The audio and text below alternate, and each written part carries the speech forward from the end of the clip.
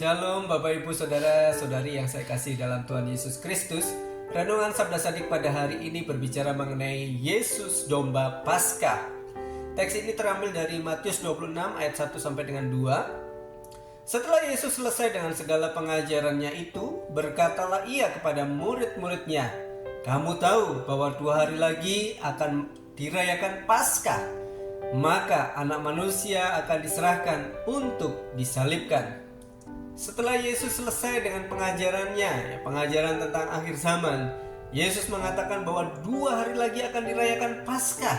Paskah di sini adalah Paskah dalam Perjanjian Lama, yang dimana memperingati hari keluarnya bangsa Israel dari Mesir. Paskah ini berlangsung selama 1 hari dan diikuti oleh hari raya tidak beragi yang berlangsung selama 7 hari. 2 hari raya yang berdekatan ini seringkali diidentikan. Kita bisa lihat di dalam Markus 12 ayat 1 dan juga Lukas 22 ayat 1. Pada waktu mereka mau keluar dari Mesir, Tuhan menyuruh mereka menyembelih domba dan menyapukan darahnya pada ambang pintu. Malamnya, malaikat Tuhan berkeliling untuk memberikan hukuman Tuhan dengan cara membunuh setiap anak sulung. Kalau malaikat itu melihat rumah yang ada darah pada ambang pintu, maka ia lewat begitu saja dan tidak menimpakan hukuman. Tetapi kalau ia melihat rumah yang tidak mempunyai tanda darah itu, ia masuk untuk membunuh anak sulung di rumah itu.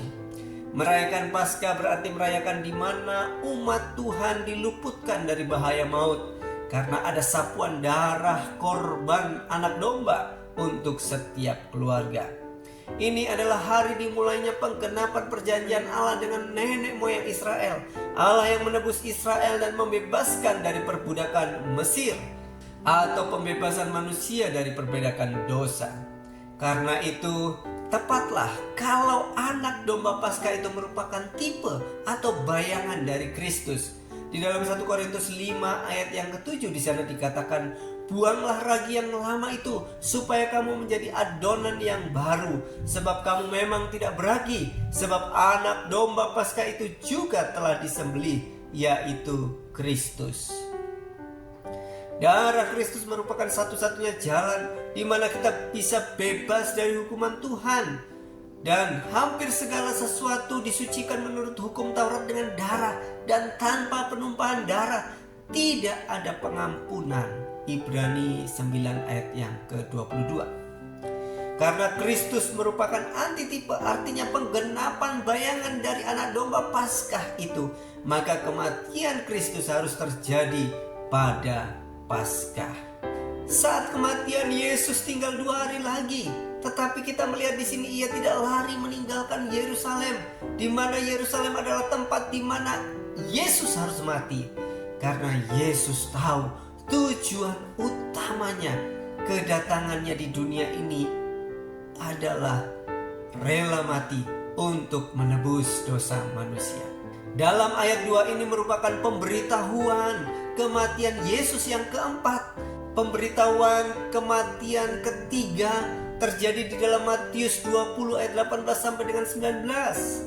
Dan setelah pemberitahuan ketiga itu, lalu terjadi peristiwa-peristiwa yang menunjukkan kebesaran dan kehebatan Kristus. Dalam Matius 21 sampai dengan 25, Yesus masuk ke Yerusalem dengan menunggang keledai dan dielu-elukan oleh banyak orang. Ini menunjukkan bahwa Yesus sebagai Mesias. Yesus menyucikan bait Allah. Ini menunjukkan otoritasnya. Yesus mengutuk pohon ara sehingga pohon ara itu kering. Ini menunjukkan kemahakuasaannya.